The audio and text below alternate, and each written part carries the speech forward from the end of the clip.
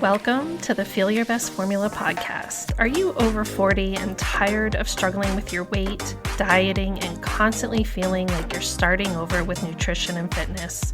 Do you wish you had more energy? Do you want to lose weight and finally keep it off for good? I'm Lil, a certified nutrition coach and former registered nurse.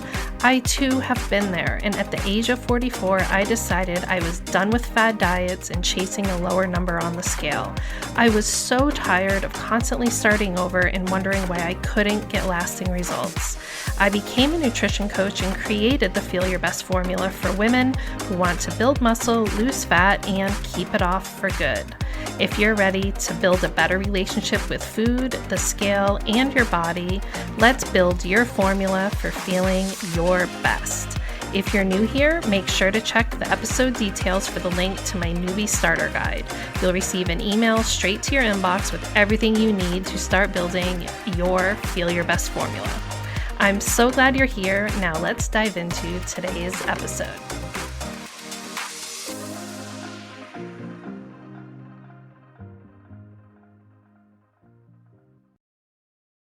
Hello, happy Monday. Welcome to episode 35 of the Feel Your Best Formula podcast. I seriously cannot believe it that this podcast started in November, and here we are 35 weeks later, because I have released an episode every single week, plus the bonus episodes on Fridays. I think I'm actually going to take a break from the bonus mini session episodes for the remainder of the summer, and I will start back up with them again in September. But you will continue to have weekly Monday podcasts. So today, let's jump right into the biggest mistakes you're making with macros.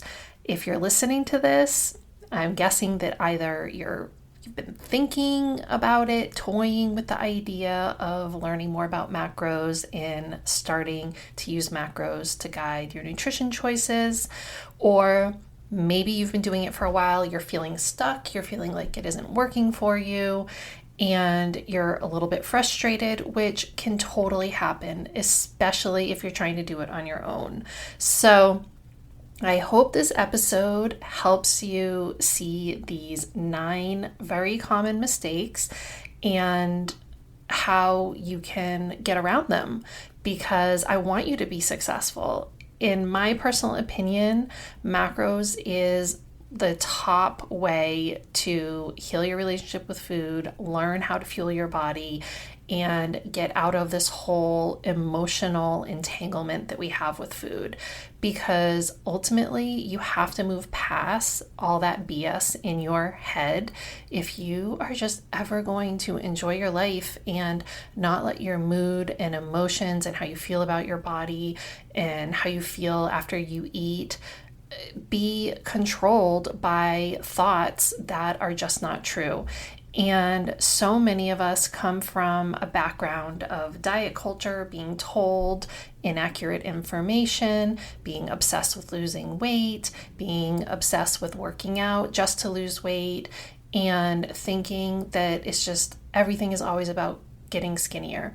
And so while yes, you can absolutely use a macros focus to lose weight and get skinny, that is not the approach that I use with my clients, because when you're using it for that purpose and that purpose only, you are just going to end up right back where you started. You're going to be looking for the next fad diet. You're going to be wondering what's wrong with you. You're going to be obsessing over the number on the scale and thinking that the number on the scale, if it's not going down, then you're not doing anything good. And, we equate the number on the scale going down with being healthy. And I want you to learn how to have healthy habits where you are right now, and learning how these common mistakes with macros can be overcome can really get you headed in the right direction. So Let's dive in the 9 biggest mistakes that you're making with macros. And number 1, I just alluded to this, but if you're jumping right into weight loss and you're like, okay, just give me the numbers, tell me how many calories I should be eating, and just let me start losing weight. And basically you just want to go into a calorie deficit and see the number on the scale go down, then this is not going to serve you well in the long run. You need to understand that the most important part of this process is you learning your body, the foods that you enjoy, the tweaks that you can make, and how to build a way of eating that actually works for you. And that requires effort on your part. It cannot just be me handing you a meal plan and saying, go eat this. You cannot put that on someone else until you take responsibility for actually deciding how you're going to take the information about macros and how macros work in your body. And until you decide that you're actually going to learn and then apply what you learn to your day-to-day life, you are never going to have ownership over your relationship with food. And I know it's so tempting to say, just give me a meal plan, because I've been there and it never works. Not everyone enjoys the same foods. Not everyone wants to cook to, the same level. You might be someone that does prefer to, have more prepared foods and order takeout, and maybe you hate cooking. And maybe another one of my clients loves to cook and wants to prepare elaborate meals. And that's the great thing about macros. Every single food contains macros, and when you understand what macros are in those foods, you can make choices. But if you are not willing to learn, if you are not willing to empower yourself, then you are never going to figure it out. And it's so tempting to feel like, okay, I'm ready to be healthy, I'm ready to do this, so that means that I'm ready to lose weight. And you're going to have to put the brakes on that, learn how to nourish your body, learn how to eat in maintenance, learn how to track your foods, learn how to use a food scale. And you cannot fast forward through this process, because during this process is where you start healing your relationship with food. You start being able to be a little bit more pragmatic about it and let go of all those harmful thoughts and beliefs that you have in the past, because now you're empowered. You're not just following someone else's plan. You're understanding why you are making the food choices on a day-to-day basis that nourish your body. So you cannot jump right into weight loss. If you do that, you're just going to end up chasing your tail. And that is the number one biggest mistake that I see people make.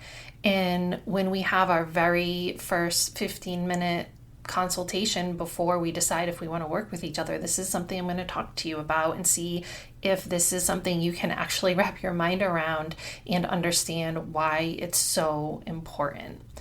Okay, so that's number 1. We cannot jump right into weight loss. Huge mistake. Number 2, you have to use a food scale. And the reason for this is because it is accurate. And as I've said on other episodes, I know that sometimes we can associate it with disordered eating or being obsessive. And if you have a history of that, then, it might not be the right thing for you if you haven't worked through those previous issues. But if you're just someone who can get over it by saying, yep, I understand, this is just an objective way to understand what I'm putting in my body and learn what a proper portion is for me and just understand my food choices better, then this is what you need to do. You need to learn how to use a food scale, and you cannot be vague about it. It's much easier if you keep your food very simple, and when you learn to track exactly what you're eating. For example, if I was to have a chicken sandwich for dinner and make my own chicken sandwich with a Dave's Killer Burger bun and an air fryer chicken breast and a little bit of mayonnaise and a tomato and lettuce and what have you, I'm going to track that separately. I'm going to track the burger bun, I'm going to track the chicken, and I'm not just going to look in my food app and choose the very first chicken sandwich that comes up, because you cannot apply a chicken sandwich that someone else made to exactly what you are eating. The caveat to that is if you are at a restaurant and you order a chicken sandwich, say you go to Wendy's and you have their chicken sandwich and then you go into the app and it says Wendy's chicken sandwich, then you can most likely apply that to what you're eating. But you want to be as accurate as possible.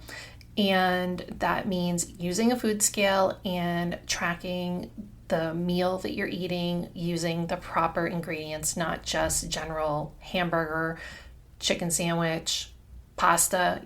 If you're using a specific brand of pasta, then look in your app to track that. But if you're just being really vague, then you're not really getting a clear idea of what you're actually eating. And, give yourself time to learn how to track properly. It is not something that you have to have figured out in 1 or 2 days. It's going to take you a couple weeks to really learn how to use your app, really learn how to use your food scale. So you have to include that in the whole process. You have to give yourself a couple weeks just to get your bearings and understand how to track and how to start learning what foods to choose, and not diving too heavily into making a ton of changes, but really just learning how to track what you're already doing and being as accurate as possible, because the information that your app is telling you from just a general chicken sandwich in your food app could be wildly different from the sandwich that you actually make yourself when you track the exact amounts and, build it in the tracking app exactly how you consumed it. Okay, so number 3, make things easier on yourself, because it is a big mistake if you're all over the place with your routine. It is so much easier if you can eat your meals at a very similar time every single day. Keep your workout time very similar if you can, or have routines. I've mentioned this so many times in the past. If you have a certain type of day on days you go into the office and a certain type of day the days you work from home, maybe you tend to do your workouts on days that you work from home more so than the days that you go into the office. Start building out a routine so that you're not thinking on a daily basis, when am I eating? What am I eating? What snacks am I bringing? What am I packing? And really creating a routine where these are my general breakfast choices. These are the snacks that I'm eating.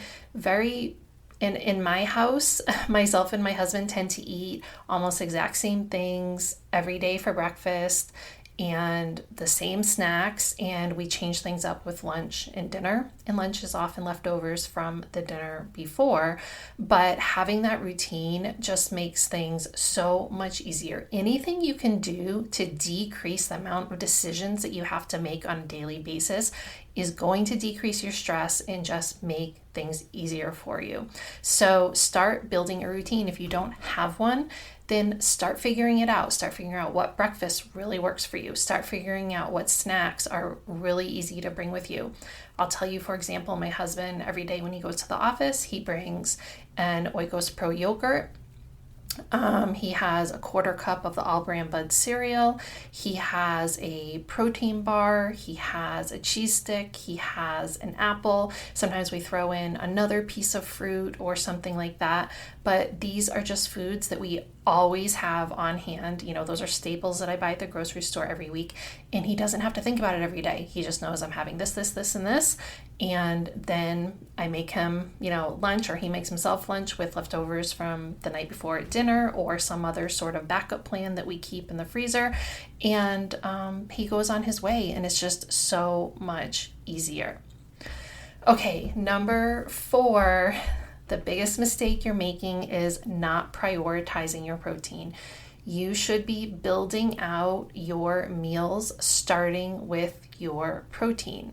And don't overcomplicate this. This is a question I see all the time where people are like, what's a good source of protein? What food should I eat for protein? And I have an entire podcast episode on it, the 9 best foods for hitting your protein goals. Make sure to link that in here. But you know what foods provide protein. You already know this. Eggs, meat, beans. Those are all really great sources of protein. Peanut butter, not such a great source of protein. It's got a lot of fat in it. Cottage cheese is great. Yogurt is great, especially if it's, a high protein yogurt. So you already know what foods contain protein. So guess what? You just need to eat more of it. And this is something that my clients 100% of the time talk about. They talk about how we're trying to eat smaller portions because that's what the diet culture, the dieting that they've always done was like, eat less, eat less, eat less. And it's like, no, you know what your protein goal is. Let's just break that down. You probably need to be eating somewhere between 20 to 40 grams of protein per meal. So just weigh out that chicken breast and see how much you need to eat to get your 20, 30, or 40 grams of protein in for that meal, and then build the rest of your meal around it. And there you go. It's not that complicated. You don't need to be having all these different sources of protein at one meal. Just eat a larger portion of what you were normally eating with your protein. And if you're going over on your calories, then you're probably choosing protein sources. Like I said, peanut butter or certain steaks have really high fat content. So you just need to swap that out with a lower fat protein source. And you also should be watching your condiments and your cheeses and just learning how much that is affecting your overall calorie intake. And it's amazing when you use a really high quality cheddar cheese. You just need a little bit to add so much flavor to your foods. You don't need to be globbing on tons of mayonnaise and cheese and ranch dressing and all those things. It tastes great. You don't need as much of it as you might think you do to enjoy the flavor and make your foods taste really good. I personally love sour cream, ranch dressing, cheese, all of those things. And understanding, how much I'm eating and how many calories that is and how much fat that's providing. It's so empowering when you really start to understand those things. And I am not someone that is going to go and buy reduced fat cheese or reduced fat dressing or anything like that. I just figure out the appropriate amount that I can have for my meal, and I learn how to enjoy that, and it works great. And I refuse to cut those foods out. So if you are not prioritizing your protein, you are making things so much harder on yourself. So build your meals, start with the protein, see how much calories you're getting with that protein source, maybe 200, 250 calories from your chicken breast, and then build out the rest of your meal and make sure that you're having large, filling meals that fill you up so that you're not hungry an hour or 2 hours later, and you're not obsessing about food and you're not worried about your next meal. If you are having adequate amounts of protein with your meals, you are less likely to be really hungry and constantly thinking about food, and you can concentrate better on the things that you should be concentrating on instead of obsessing about food all the time. Okay, number 5, this one is so important, so I want you to listen to me. When you start using a food scale, instead of saying to yourself, oh, I'm measuring my food so that I don't overeat or so that I can restrict the amount of calories that I'm eating, instead of looking at it as a way to measure to restrict, look at it that you are wanting to make sure that you are eating enough. What I say to my kids is, listen, I'm measuring my food because I need to make sure I'm eating enough protein and I'm getting enough fiber. And I guarantee if you are not using a food scale, you are probably shocked at how little protein you're probably actually eating. As I've mentioned before, diet plans that I followed in the past, I was maybe getting 60 to 80 grams of protein in per day, and I did not feel great.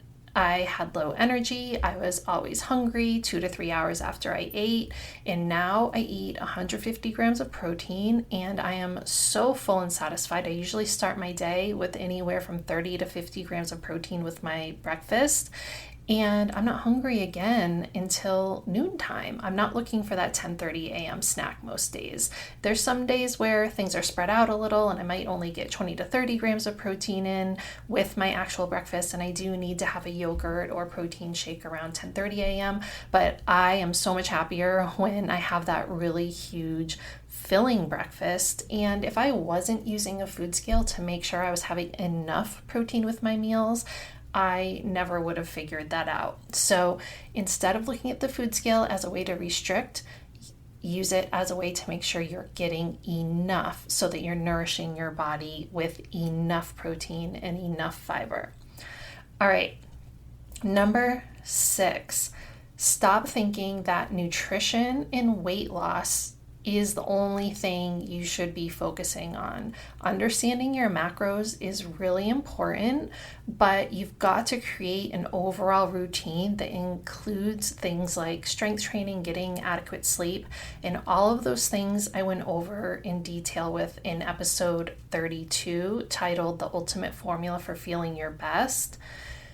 You cannot change your life by only focusing on food. You have to look at all the different parts of your life. You have to look at your relationships, your job, how much you're sleeping, how, the way that you're thinking every day. Are you being a Debbie Downer, or are you thinking, that yes, I can work towards a solution and I know I can do this. There's so many things that are going to affect how you feel on a daily basis, and we shouldn't all just be working towards the day when we will finally feel good. We should be enjoying the process and enjoying today, enjoying tomorrow, and not just saying to ourselves, oh, I'll finally be happy with my body when I lose weight, or when I finally feel like I'm never, the joy is not to be found on the day that you decide you're never going to eat ice cream again. No, the joy is found today by learning how to build a life that includes the things you love, including ice cream and things like that. So you've got to learn how to use macros to build a way of eating that really works for you.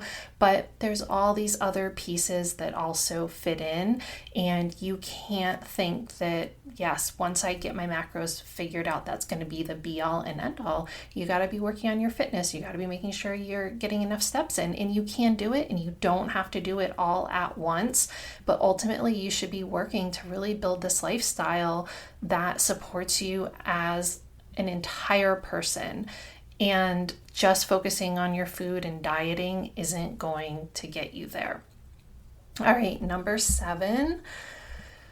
One of the biggest mistakes you're making is not tracking when you're having treats, having alcohol, going out to eat. It can be really tempting to want to pretend that you're not eating that bag of Sour Patch Kids, or 4 glasses of wine. I'm not going to put that in my tracker.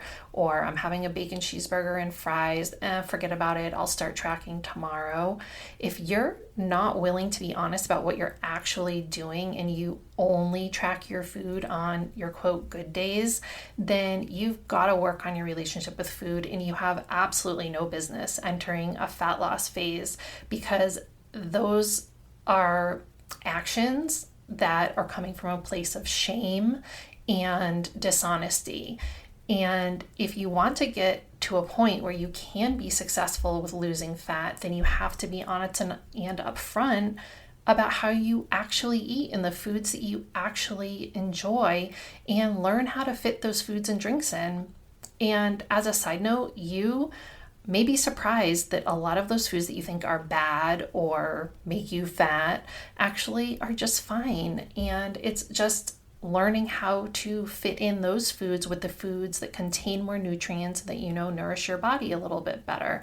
In so many diets, needlessly demonize foods. I mean, guys, there's people out there telling you that vegetables are going to kill you. Like, what? I mean, people can find any way to create fear and get you to buy their diet that, cuts out whatever foods they want you to fear. So when you start tracking your foods, you actually start seeing what those foods look like in relation to your overall diet. And it is so eye-opening. Let me just tell you one food: ketchup. I was told for years that ketchup was not on the plan, it's full of sugar, whatever. It's 25 calories for a serving of ketchup. Eat the freaking ketchup. Like, come on. you know? Like, it's just blows my mind that for so long I was like, oh, I shouldn't be having ketchup. I shouldn't be having ketchup. And then once I started counting macros, I'm like, give me the ketchup. Give me the sour cream, give me the ranch dressing, because once you actually understand what's in those foods and they are not bad and you can easily fit them in a reasonable way, then all those arbitrary rules, they take the good and the bad out of your food. There are no good foods and there are no bad foods. There are simply foods that contain more nourishing ingredients and nutrients, and there are foods that nourish your soul that you enjoy.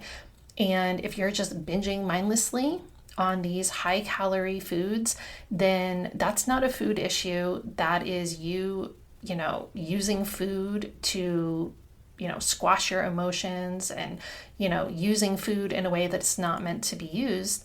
But there are times when food is comforting to us. And I personally am not one of those people who can just say, oh, food is fuel and I only eat to reach my physical goals and stuff like that. I understand both sides of it. So what I'm saying here is, if you're avoiding tracking your food when you feel like you're being, quote, bad, then you need to get over that and you need to just track it. You can absolutely track your food any day of the week. You can put any food that you want in there.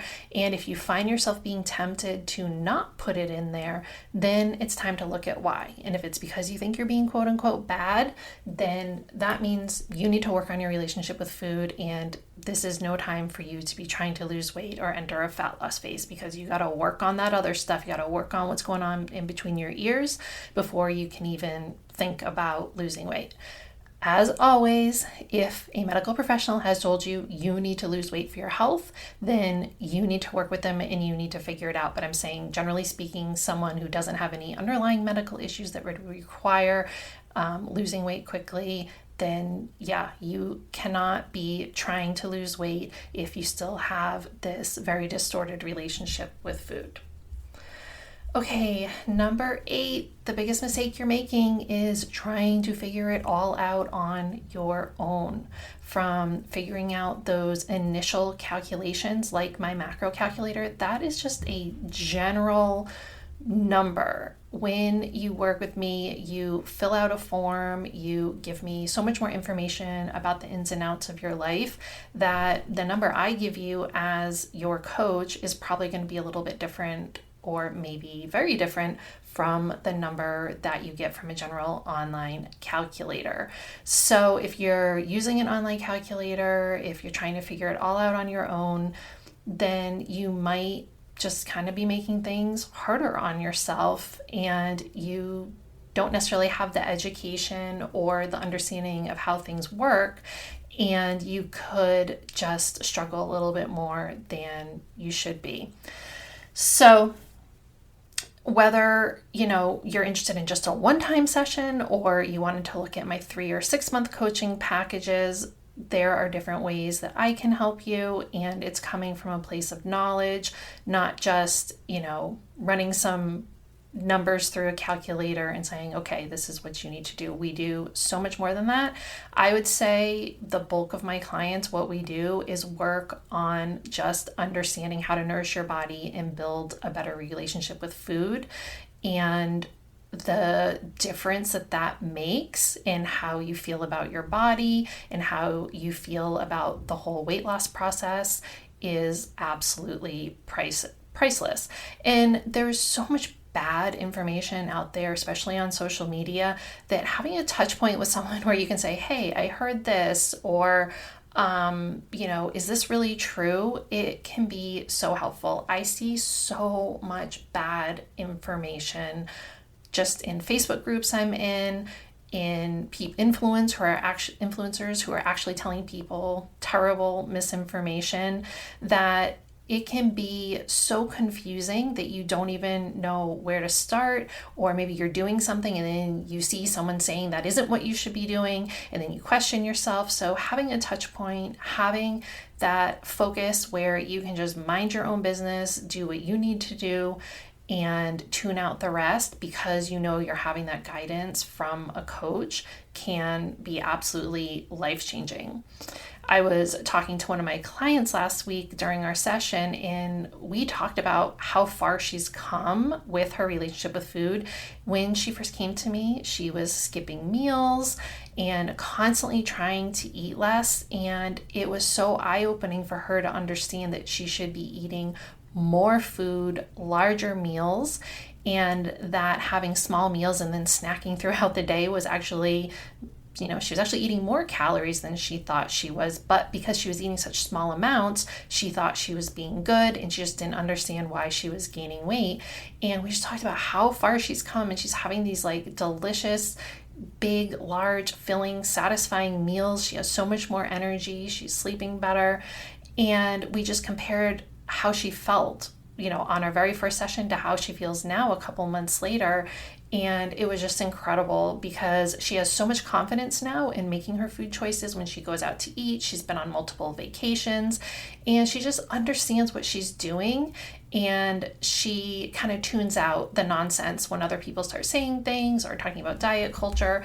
Anyway, it has just been incredible to see her growth, especially to see her be so confident in her choices and know that she's working towards finally being able to get towards a fat loss phase. But it's really interesting because even though she came to me initially desperate to lose 15 pounds, now she's like, you know what? I actually feel really good in my body and I'm not desperate for it.